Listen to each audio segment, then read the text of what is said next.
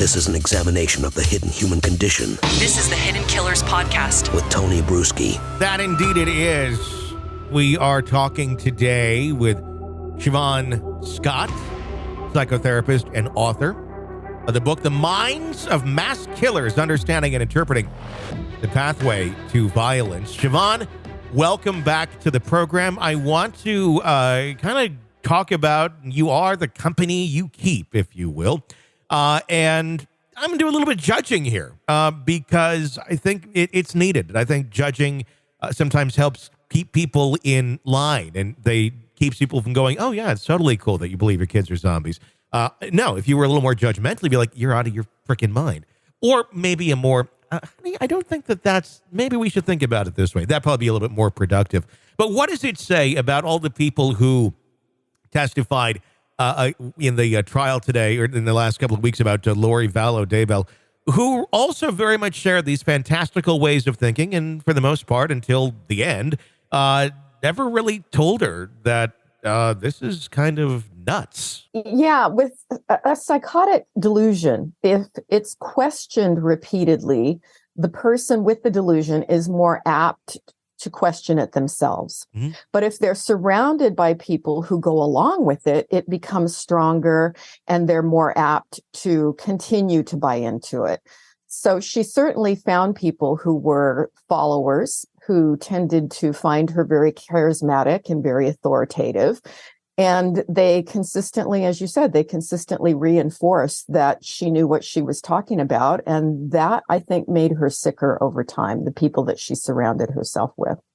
Let's talk about the psychotic delusions. If one person is having them and they're sharing it with their friends, their family, for example, Lori talking about the kids being zombies or climbing up the walls, things of that nature. I always go to that one because it seems like such an obvious psychotic delusion of all the ones. Incredibly bizarre. Yeah. To have that and then have friends go along and say, well, maybe I didn't see it, but, she says it's true. That psychotic delusion that started with one person, if others are then believing it, what is it for them? Is that a psychotic delusion on their part if they are buying into something like that and thinking, well, it might be possible? It depends on the degree in which they buy into it, I think. And we're in this gray zone of when do anybody's religious or spiritual beliefs that sound rather fantastic, when does it cross into crazy delusional thinking? Mm-hmm. And boy, we could argue that one, right? Because there are a lot of people with weird religious beliefs, and yet they don't kill people, they don't do anything bizarre, it doesn't affect their lives in a weird way. So I do think it's that gray zone, and sometimes people will go along with it to a certain extent, but they know when they cross the line into, okay, this is taking it too far. And it does seem that certain people are much more suggestible than others with following along with a charismatic believer, or, leader with bizarre beliefs. And certainly the people that latched on to Lori and she latched on to them were people that were very suggestible, and they were attracted to her because of her charisma and her sense of authority, and she gave them a sense of purpose and fed their egos. And you can see how the certain kinds of people were led to believe that way. And certainly in listening to the testimony, they sounded very naive, childlike, and maybe sometimes just they weren't really gifted at thinking, Mm-hmm. I won't say they're dumb, but thinking was not their strong suit. Yeah. So there seemed to be a real weird mix. And if they had not veered into murder, we can say they reasonably could have kept going with this attempt to build the 144,000 cult that they were trying to gather. And they might have gathered even more followers. So but they did cross into the violence, and obviously we see where they're at because of that. I mean, had murder not come into play, this would have just been looked at as, well, it's a break off, or a break off of the LDS religion is what it would be described as, because there's many of them. And they live primarily in peace until you actually start examining a lot of them and you discover it's abusive cults.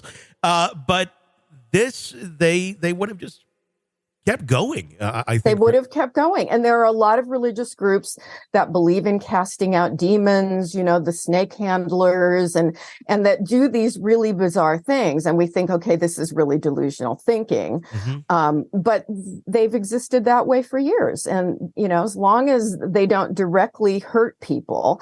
Now, sometimes you'll see with the offshoots of the LDS groups, the ones that have sexually abused kids, they get in trouble with the law. And then, of course, there are the faith healing groups where, parents have withheld insulin from a diabetic child and the child has died.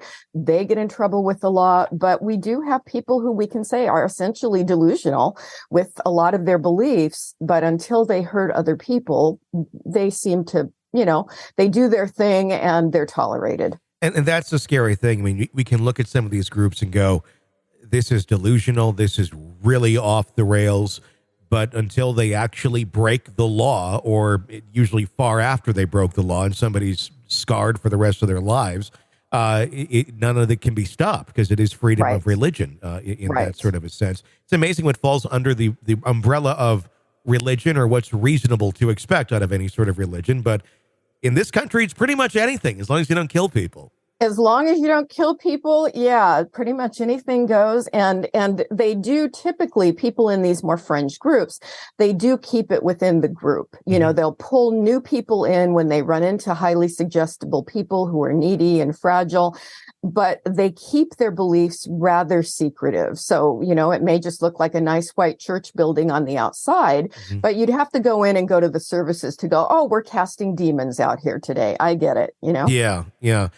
What did you think of some of the testimonies? Did it feel to you like some of the individuals still kind of believed the doctrine of Chad Daybell and Lori? Like maybe they look at it now as, well, these guys got led astray, but everything they talked about, I'm still down with that, just not these two.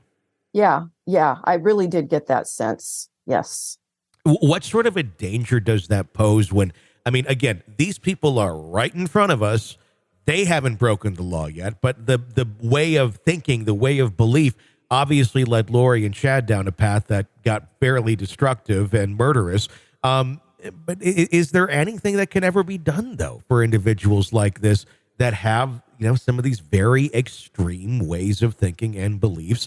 I mean, obviously some sort of intervention, but they would have to want to get that first because they'd have to recognize the delusions as being delusions and not a faith or a religion.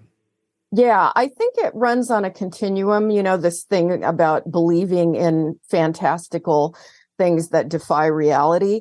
And I think all of us have little bits of that, and it's kind of a coping skill in life. People can go around with all kinds of little metaphysical beliefs that don't cause harm. But I always encourage people to, kind of stay focused on what do we have evidence for, what function is this belief serving? And I encourage people to question our beliefs and question our thoughts. I just think that's a healthy place to be. But there are certainly people who are resistant to that. And I think when folks have this tendency to get caught up in really magical beliefs and magical thinking, they're always going to be at risk of falling into something that could potentially take them into a danger zone. It's like some brains work one way, some brains work others, where they'll be accepting of it. And if you're one who has been able to fall into those sort of paths, it's likely you could again at some point in time. It's almost like addiction to a certain extent, Yes. where one could say, you're an alcoholic for life, just as an example, where you may abstain, you say, no, I'm good, but you could fall back into that should you be surrounded by, decide to become a bartender, then suddenly you're surrounded by liquor all day. You increase your odds then of falling back into those sort of paths. Same sort of thing, I would assume here, if you continue to surround yourself with people that are very down with very fantastical, magical thinking. Yeah, and you see people that will jump from one guru to the next guru, from one new age fad to the next new age fad. And they have weird dietary practices one year, and then the next year they're on a quest in South America for some new thing. And they just always seem to be searching for something that gives them a sense of meaning and purpose and this new charismatic leader. So it's not the best way to live, I don't think, psychologically. I think you can get into a lot of trouble with that. And I encourage everybody, I mean, it's good for all of us to question our beliefs and to stop and think, okay, is this working for me? Am I getting into something weird here? And to just always be assessing that. This is an examination of the hidden human condition. This is the Hidden Killers podcast With Tony Bruschi. That indeed it is. If you want to weigh in on anything that we're talking about, you can do so. We got a phone number for that. It's 888-5-KILLER, 888-554-5537 to weigh in on anything that we're talking about. Press subscribe wherever you download podcasts. You don't miss any of our breaking discussions on these cases. I'm Tony Bruschi. Stay with us.